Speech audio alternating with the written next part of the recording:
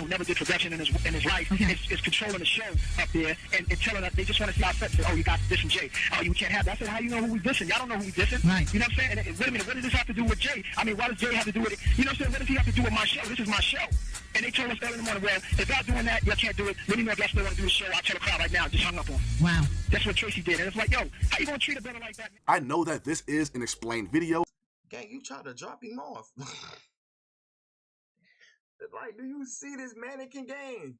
But I shouldn't have to explain why the stunt that Nas planned to pull would have been controversial. In my opinion, it would have taken their feud to a whole other level and not in a good way. I understand that Nas was trying to one-up Jay-Z, who had a legendary Summer Jam set the year prior, which Benzino said that they paid $10,000 for. Blacks and whites, sometimes mixed, but black girls only want your money because of dumb chicks. So I'ma say like this, don't date a black girl, take an everything. The source planned to give away copies of Nigga, that's the racist tapes game? Mind you, supposedly, allegedly, after when he was doing this, he had just broke up with a girl, so it's like, it could have been in his feelings, gang. I'm just saying, I thought he would have said, Igger, Jigger, Bigger. the tape. I don't really think nobody fucking with it anyway, you know what I'm saying? 24 fucking hundred. I come from that fucking block. I been out that Johnny up and up that cutter. If we cannot get. Welcome back. We back with another reaction video. Today we're reacting to a Cop Cancun video. Most controversial moments in rap history explained. Bro, let's get into it. Oh, they got a tip drill on here. Yo, what is that, like 05? Man, let's get right to it, man. It's about to be a trip down memory lane for the most part. Nelly tip drill controversy.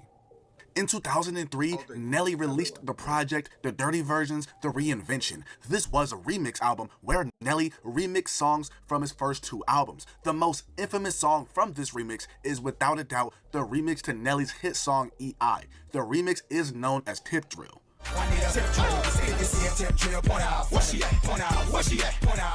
The song per se in itself wasn't necessarily the center of controversy. It was the music video for the song, which was prominently played on BET Uncut. For those who don't know, BET Uncut was a late night music video block program that aired on BET from 2000 to 2006. It aired more explicit music videos, and Tip Drill is one of, if not the most famous music videos that aired on this program. The music video is absolutely wild. If you've seen it, then you know exactly what I mean. The part in the music video that everybody remembers and talks about is the credit card scene. I won't go any further with that. If you know, you know. But the next year in 2004, Nelly was set to make an appearance at Spelman College for a bone marrow drive as part of his foundation, Show for Kids, which was created to bring attention to the cause. For those who don't know, Nelly's sister had leukemia, which affects your bone marrow. Students at the college got wind that Nelly was going to appear, and they took issue with this. This was due to the Tip Drill music video, a protest on. Brother, that's a music video. I'm still trying to do something good. What's wrong with y'all? College kids that get galvanized about anything. Campus was planned if Nelly did appear for the event, but this would never happen as Nelly canceled his appearance and the event was canceled. The whole reason Nelly wanted to do the event was to do a fundraiser for his sister that had leukemia. People protesting against Nelly appearing on campus for the fundraiser felt that why should they help his sister if he was degrading women like he did in the Tip Drill music video.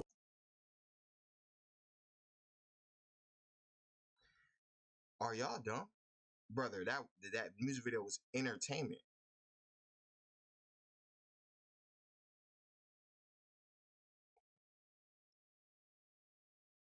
Now, I don't know if Nelly was like, if you feel uncomfortable with this scene, we don't have to put this on here. Da da da da da. I don't know if he was like that. I don't know if he did that due diligence, but like, this is entertainment, man. She signed up for this. She getting paid to do this. She could have easily said no. Sadly, the next year in 2005, Nelly's sister passed away. Rest in peace. You protesters robbed me of an opportunity, unfairly, my brother, because we could have still had your conversation after I got my opportunity, but it could have been somebody that was coming to that bone marrow drive that day that was possibly a match for my sister. That didn't come because of that. True, but can we speak on the fact that this nigga really dropped a whole album of remixes? Y'all bought that shit? Y'all nigga be getting finessed. 2 Live Crew obscenity case.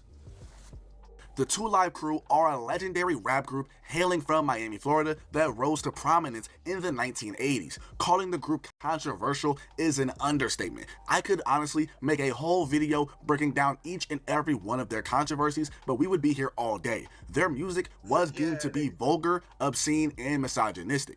Roll into the music and shake and roll fast. Bend over backwards, make the shout, and work that body in and out. In 1989, the group released their third album, As Nasty As They Wanna Be. The cover, along with the lead single, Me So Horny, led to outrage. The single peaked at number 26 on the Billboard Hot 100 and topped the Billboard Hot Rap Tracks chart. It was their biggest single at the time, and this exposure led to the 2 Live Crew receiving constant criticism. It got so bad to the point that the group got into legal trouble. A year later, in 1990, a Broward County judge declared As Nasty As They Wanna Be to be obscene. This was unprecedented and a big deal, with the 2 Live Crew believing that this violated the First Amendment. Record store owners were arrested for selling the album, and multiple counties in Florida tried to ban the album. The group was also arrested for performing their music at concerts. Also in 1990, the group released their fourth album titled Banned in the USA. This is an obvious reference to the controversy surrounding the group. Upon its release, it became the first album to bear the standardized parental advisory label in the lower right-hand corner. On the album, there's a song called F. Martinez, which is in reference to the governor of Florida at the time, Bob Martinez. He condemned their music. The group also targeted the then county sheriff of Broward County, which was Nick Navarro. All of these names Spanish as hell. You telling me these niggas weren't getting down to these songs? Y'all weren't dancing to this? Y'all capping, bro. Y'all ain't capping. In the end, 2 Live Crew came out victorious in their fight for freedom of speech. Jay-Z elevator incident. In 2014, Jay-Z, his wife Beyonce, and her sister Solange attended the annual Met Gala event. While leaving an after party for the event, the three, along with a bodyguard, got onto an elevator. While on the elevator, Solange attacked Jay-Z as she was held back by the bodyguard. This whole situation happened on video, and an employee at the hotel they were at leaked the footage to TMZ. It was initially reported that the footage was sold to TMZ for $250,000, but former TMZ employees said that the number was much lower. By much lower, I mean that it said that the footage was purchased for around you gotta at least give me 10 bands. This the hottest rapper in the game. This Beyonce was in an incident. Beyonce's sister was in an incident. No offense to Solange. I know she makes good music, but I'm trying to make the headlines. Like, I need 15 bands. around $5,000. Sidebar, but 2 months earlier, in February of 2014, the Ray Rice elevator incident happened, and it was reported that TMZ paid around $100,000 for that footage, but it's been said that that amount has been overblown as well. Unlike Ray Rice, Jay-Z did not put hands on a woman in the elevator, which in this case is Solange. It's never been directly said why Solange did what she did, but there happens to be a ton of theories. Some are more credible than others. The biggest theory is that the fight was over Jay-Z's infidelity. Reports came out that Jay-Z was allegedly flirting with Rachel Roy, who is the ex-wife of his former business partner, Dame Dash. This has never been substantiated, but it was also reported that Jay-Z said something disrespectful to Beyonce and Solange, which led to Solange going off. This turned out to be true, as Jay-Z rapped about it on his 444 album. You ex-Solange knowing all along, all you had to say you was wrong. So, as you heard, Jay-Z admitted.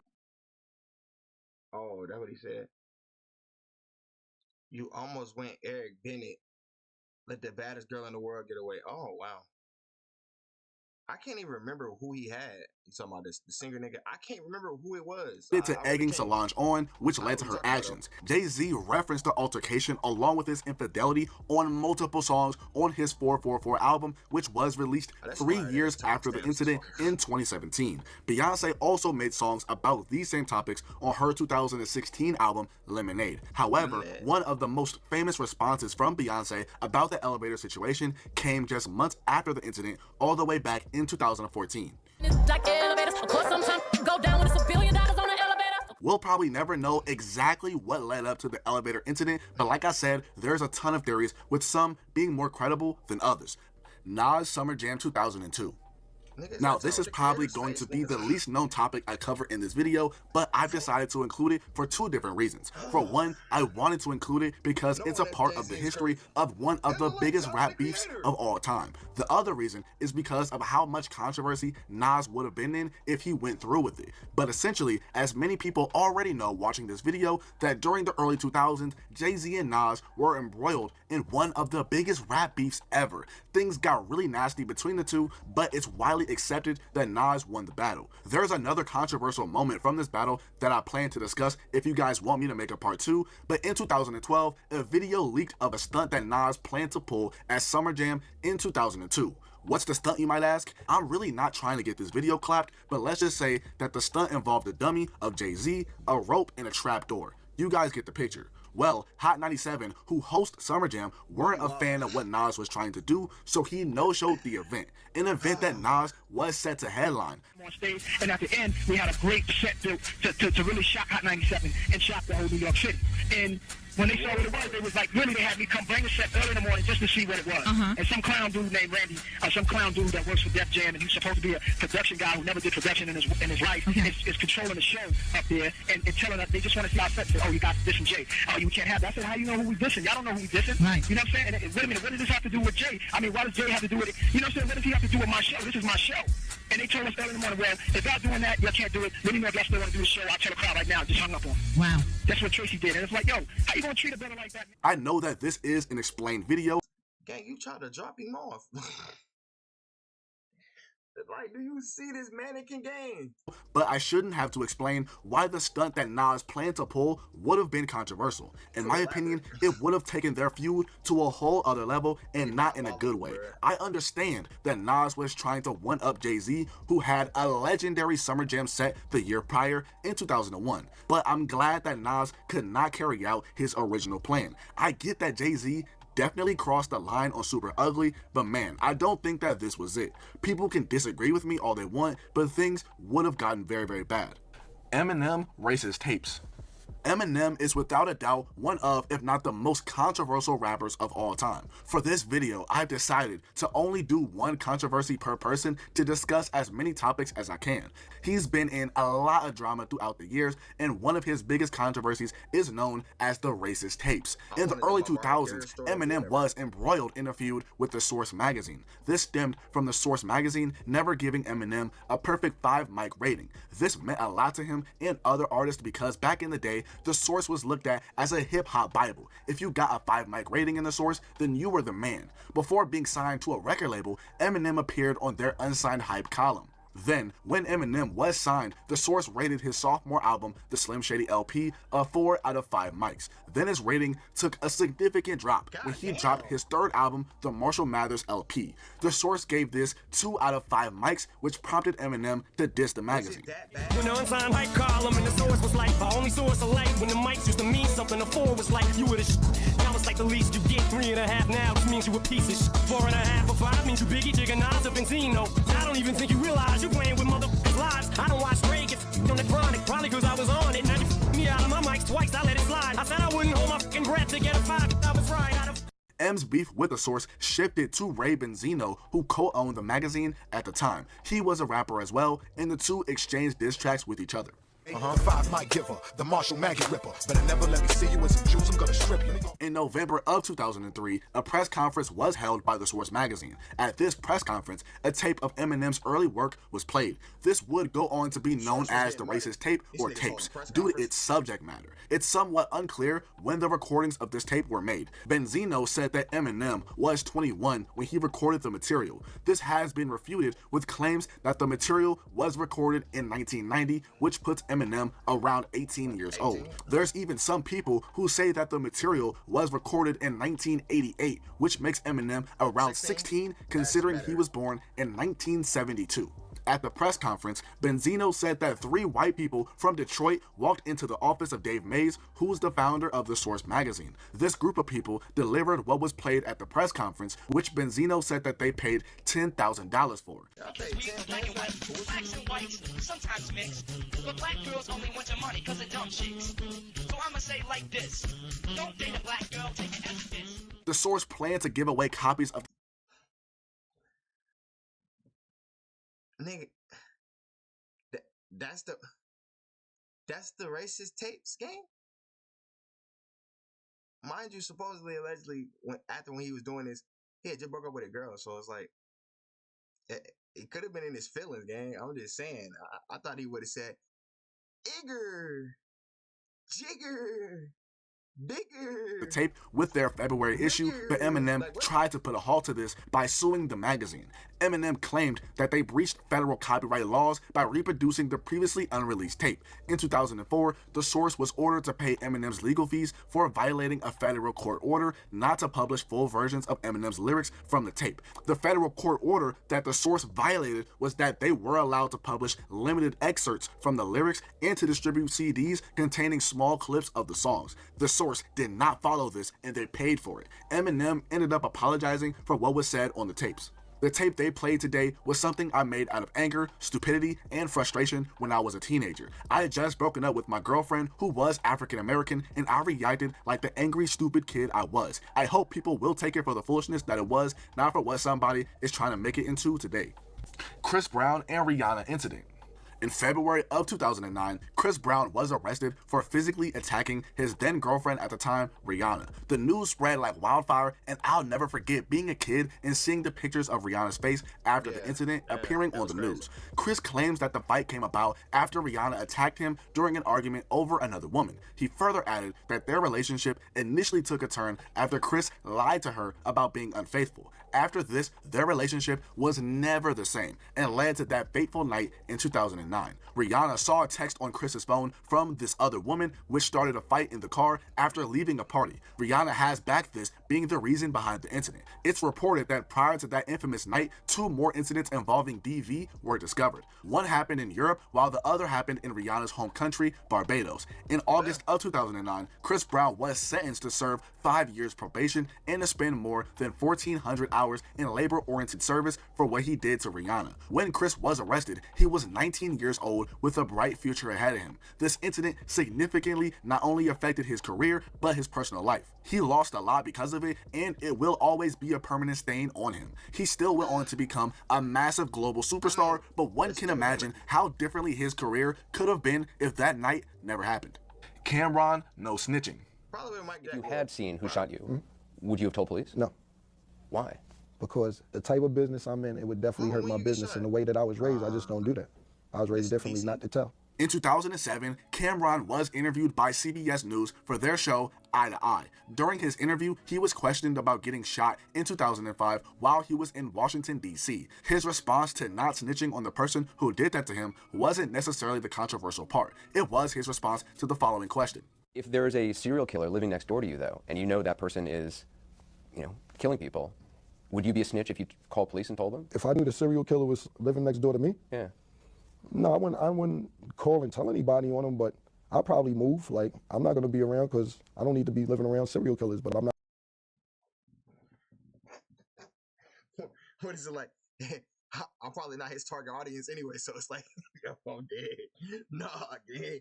Nah, it get to a point. What the hell? I'm going to call and be like, put the signs up, like, yo, the serial killer's in 4E. It's not your responsibility. Exactly. Cameron's response to this question sparked outrage and backlash. It got so bad to the point that Cam was forced to apologize for his comments. Looking back now, I can see how these comments could be viewed as offensive, especially to those who have suffered their own personal tragedies or to those who put their lives on the line to protect our citizens from crime. Please understand that I was expressing my own personal frustration at my own personal circumstances. I in no way was intending to be malicious or harmful. I apologize deeply for this error in judgment. Last year, in 2024, Cameron spoke about the no snitching clip and said that CBS News chopped up his interview and botched the final edit. He claimed that they left out some context and some of his points.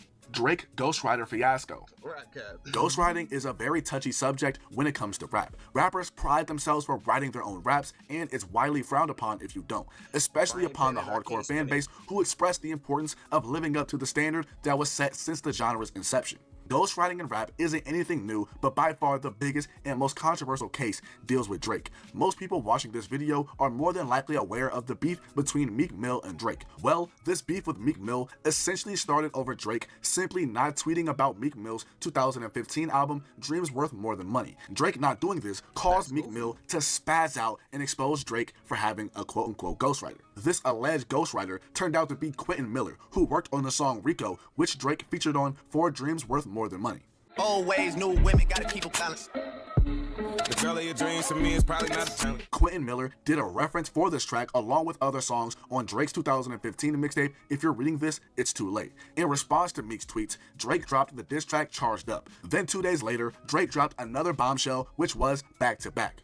Meek Mill replied with Wanna Know, but this song bombed and Drake unanimously won the battle, at least in the case of public opinion. Their beef goes further because apparently before Meek Mill's tweet, Drake not attending one of Meek Mill's concerts led to resentment. This resentment and the Rico situation were contributing factors into Meek tweeting what he did. Aside from Quentin Miller, there have been other people that have been alleged to write or ghostwrite for Drake. The narrative that Drake does not write his raps and that he has ghostwriters will never go away. It's been a topic in every beef that Drake has been in since Meek Mill, i.e. Pusha T and Kendrick Lamar.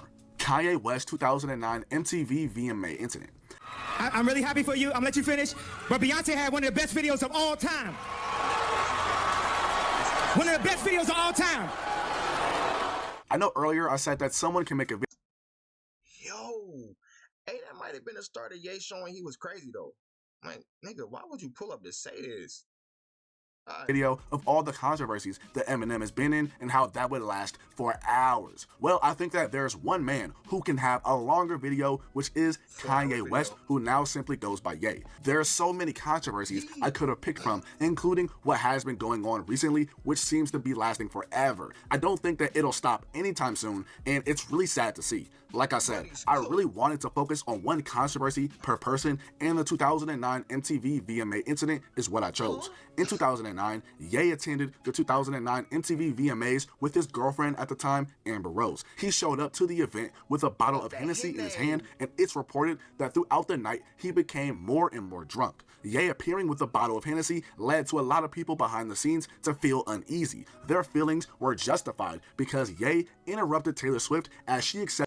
Brother, what about the maze he got on his head? This nigga got Aztec ley lines on his what the hell is he doing? Her award for Best Female Video. To say that this moment led to a media firestorm is an understatement. It was a major talking point in the media. It got to the point that Barack Obama, the president of the United States at the time, talked about it. He famously called Ye a jackass for his actions. Ye also got heat because his actions largely overshadowed the Michael Jackson tribute during the VMAs, with Michael passing away just 3 months prior to the event. The fallout of the 2009 VMAs led to Ye leaving the United States for a period of time. He then came back to Hawaii to record his legendary album, My Beautiful Dark Twisted Fantasy. In an interview with Jay Leno, Ye explained that he felt that after his mother's death in 2007, he never really had any time to grieve due to constantly being on tour and being in the limelight. He also apologized to Taylor for letting his dream of how award shows should be overshadow her big moment. Ye also apologized to Taylor via his blog.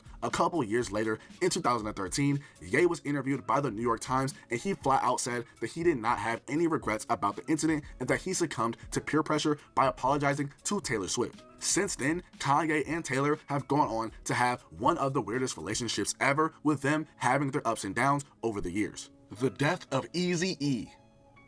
Eazy-E is easily one of the most iconic rappers of all time. He was a visionary and a true hip-hop pioneer. Sadly, he passed away at the age of 30 in 1995 due to AIDS. Like Biggie and Tupac, Eazy's death is also seen as controversial. This is because of the circumstances surrounding Eazy's diagnosis of AIDS and the timing of his death. Several conspiracy theories are out there, with a popular one being that Suge Knight was involved. People who believe this point to an infamous joke that Suge Knight said during an interview in 2003 on Jimmy Kimmel Live. So they got this new thing out that people sell them all the time. They got this stuff they call, they get blood from somebody with AIDS, and then they shoot you with it. Oh, so that seems bad. That's a slow death. Yeah.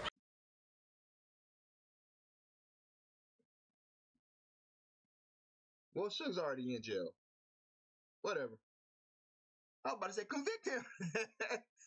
He already in there. Yeah. Easy thing, you know what I mean? Yeah. Oh, no.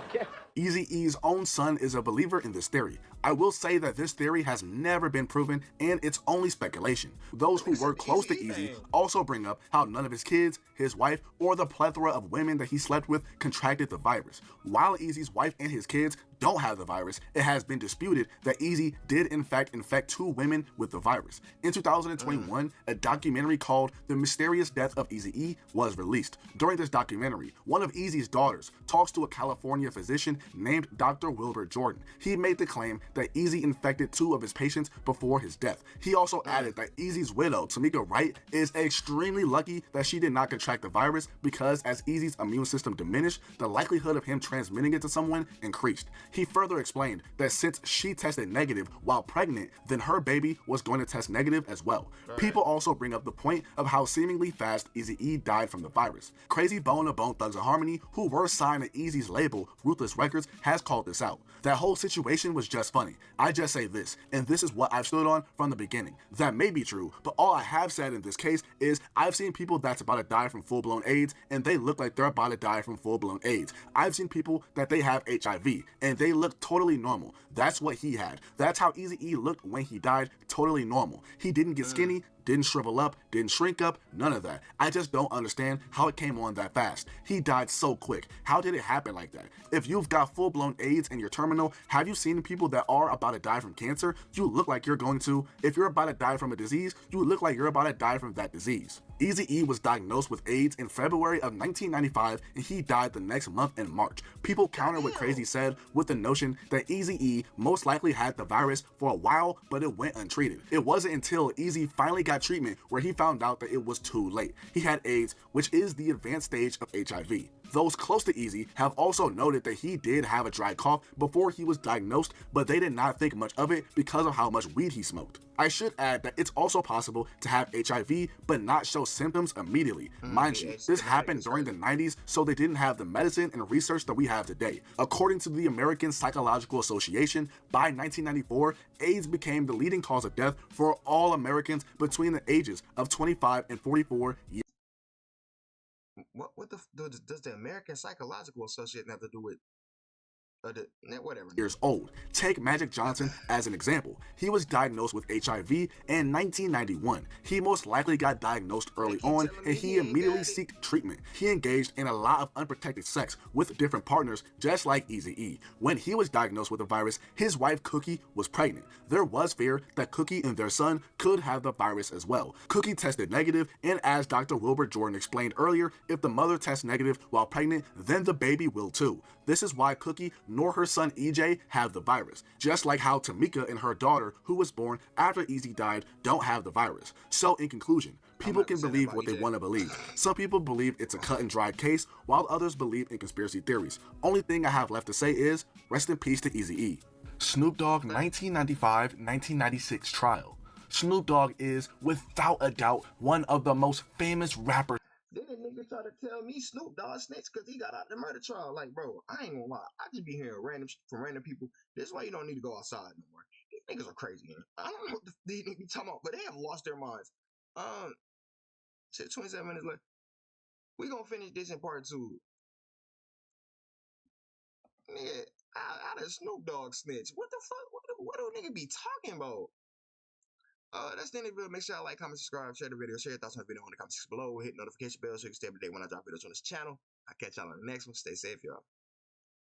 Like Snoop Dogg snitch. Baby, slide by to my mausoleum. She got sushi